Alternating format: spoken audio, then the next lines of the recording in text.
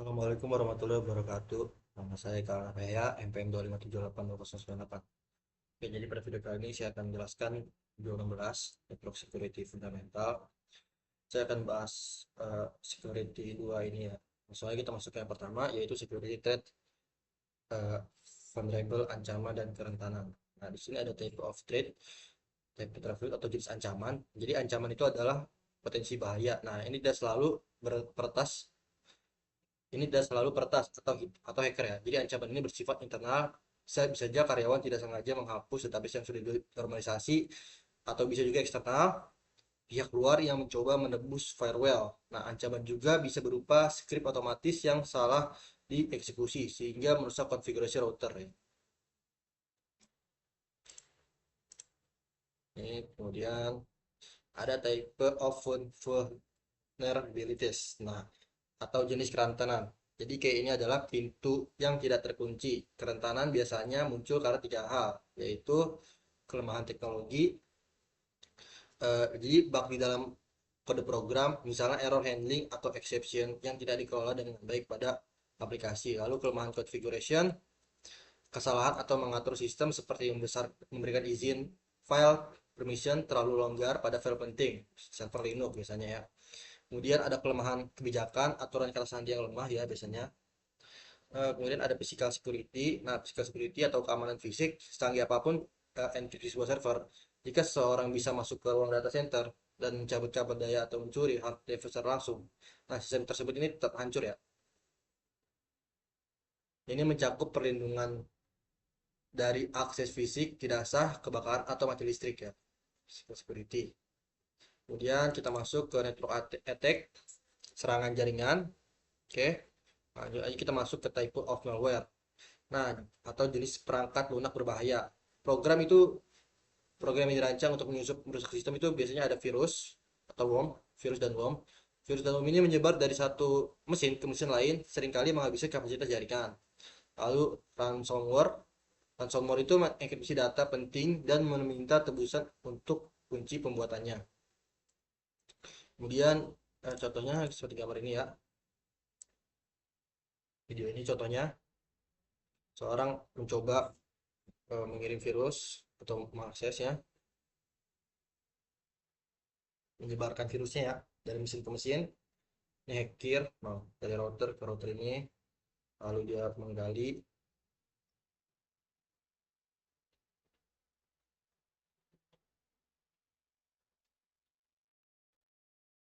Oke, lanjut ke recommend reconnaissance attack. Nah, reconnaissance attack ini atau serangan pengintaian. Sebelum penyerangan, peretas itu melakukan scanning untuk memetakan jaringan. Mereka menggunakan tool atau menulis script custom ya. Untuk mencari tahu alamat IP yang aktif, port apa saja yang terbuka, dan sistem operasi apa yang berjalan. Misalnya dia mencari tahu apakah server target menggunakan RHL atau distro lain. Lalu ada access attack. Nah, stack ini serangan akses, tujuannya adalah mendapatkan hak akses yang tidak seharusnya mereka miliki. Contohnya kayak adalah mencuri kredensial koneksi jaringan, koneksi jarak jauh, atau seperti private kayak SSH, atau melakukan serangan brute force untuk menembak kata sandi admin. Nah, setelah masuk, mereka sering melakukan privilege exhalation, menaikkan hak akses dari user biasa menjadi root atau administrator. Lanjut, denial of service attack. Nah, jadi atau serangan penolakan layanan ya. Serangan ini tidak bertujuan mencuri data, melainkan melumpuhkan layanan penyerangan, membanjiri target atau server router atau tautan jaringan dengan volume lalu lintas data palsu yang sangat besar. Akibatnya sistem menjadi sangat sibuk, overload, sehingga pengguna asli tidak bisa mengaksesnya. Oke, selanjutnya akan dilanjutkan oleh teman saya. Assalamualaikum warahmatullahi wabarakatuh. Perkenalkan nama saya Zaki Pratama dengan PM 2578 2089. Di sini saya akan menjelaskan dari modul 16 yaitu 16.3 tentang mitigasi serangan jaringan. Yang pertama di sini ada pendekatan pertahanan berlapis. Jadi untuk mengurangi serangan jaringan, Anda harus terlebih dahulu mengamankan perangkat termasuk router, switch, server, dan host.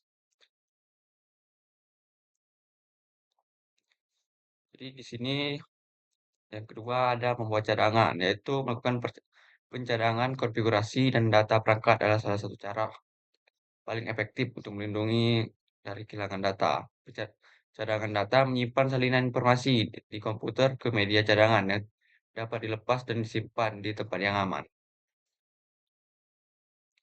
Yang ketiga di sini ada peningkatan, pembaruan, dan patch. Jadi mengikuti perkembangan terbaru dapat menghasilkan pertahanan yang lebih efektif terhadap serangan jaringan seiring dengan dirilisnya malware baru. Perusahaan perlu selalu memperbarui perangkat lunak antivirus mereka ke versi terbaru. Jadi cara paling efektif untuk mengurangi serangan worm adalah untuk dengan mengunduh pembaruan keamanan dari vendor sistem operasi dan menambal semua sistem yang rentan. Yang keempat ada otorisasi dan akuntansi.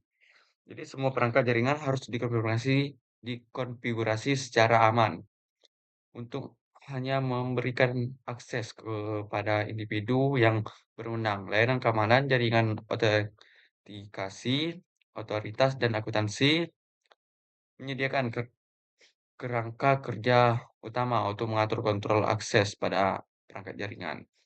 Di sini yang kelima ada firewall. Firewall adalah salah satu alat untuk keamanan yang paling efektif yang tersedia untuk melindungi pengguna dari ancaman eksternal. Firewall melindungi komputer dan jaringan dengan mencegah lalu lintas yang tidak diinginkan masuk ke jaringan internal.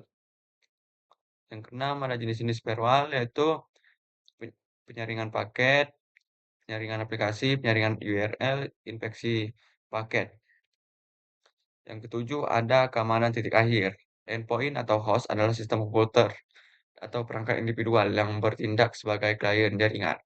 Endpoint umum meliputi laptop, desktop, server, smartphone, dan tablet. Jadi mengamankan perangkat endpoint adalah salah satu pekerjaan yang paling menantang bagi administrator jaringan karena melibatkan sifat manusia. Mungkin itu saja, selanjutnya akan dijelaskan oleh teman saya.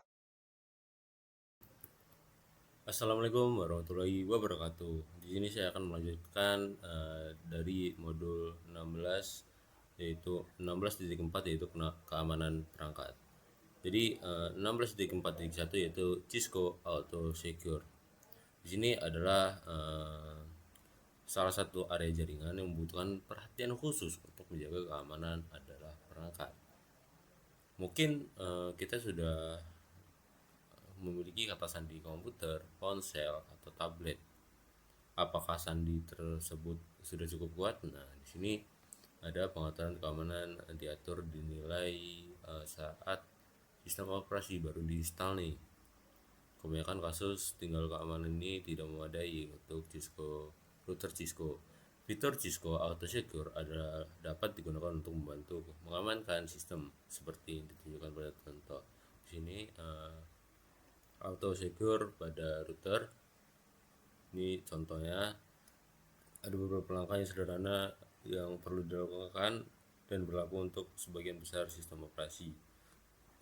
Nama perangkat dan kata sandi default harus segera diubah. Akses ke sumber daya sistem harus dibatasi hanya untuk individu yang berwenang menggunakan sumber daya. Lalu layanan dan aplikasi tidak perlu sebaiknya dimatikan dan dihapus instalasinya jika memungkinkan. Lalu yang kedua ada kata sandi. Di sini penting kita menggunakan kata sandi yang kuat. Berikut adalah contoh pedoman standarnya. Kita menggunakan kata sandi yang panjang minimal 8 karakter. Buat kata sandi yang kompleks yang ya apa ya biasanya dia abstrak gitu lah bahasanya. Lalu hindari kata sandi yang didasarkan pada pengulangan, sengaja salah mengeja kata sandi, misalnya Smith, dia pakai Smith pakai Y, tuh jangan. Lalu seringlah mengganti kata sandi dan jangan menuliskan kata sandi meninggalkan tempat yang mudah seperti di meja atau di monitor. Di sini ada kata sandi lemah yaitu kata sandi yang lemah ini contohnya Lalu ada kata sandi yang kuat, dia bentuknya seperti enkripsi, abstrak, dia kombinasi gitu. Lalu ada kata keamanan, kata sandi tambahan. Jadi di sini ada cara untuk keamanan kata sandi tambahan pada router dan switch Cisco, yaitu kita enkripsi, kita tetapkan panjang kata sandi umum, kita untuk mencegah serangan tebak kata sandi secara paksa, lalu kita menonaktifkan akses mode exit istimewa yang tidak aktif gitu. Ini adalah contoh kita implementasikan, kita service password enkripsi, itu otomatis semua password terenkripsi gitu. Lalu mengaktifkan SSH telnet menyederhanakan akses perangkat jarak jauh, tetapi tidak aman. Data yang terdapat pada paket telnet ditransmisikan pada tanpa enkripsi gitu. Maka karena alasan ini sangat disarankan untuk mengaktifkan SSH.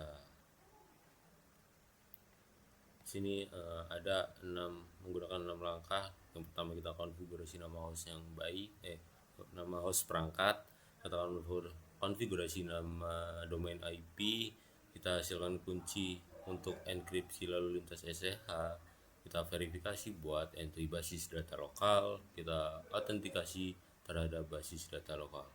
Lalu yang keenam, aktifkan sesi SSH masuk FTY. Ini adalah contohnya, kita konfigurasi hostname, IP, domain, kita enkripsi. Lalu yang selanjutnya adalah menonaktifkan layanan yang tidak digunakan.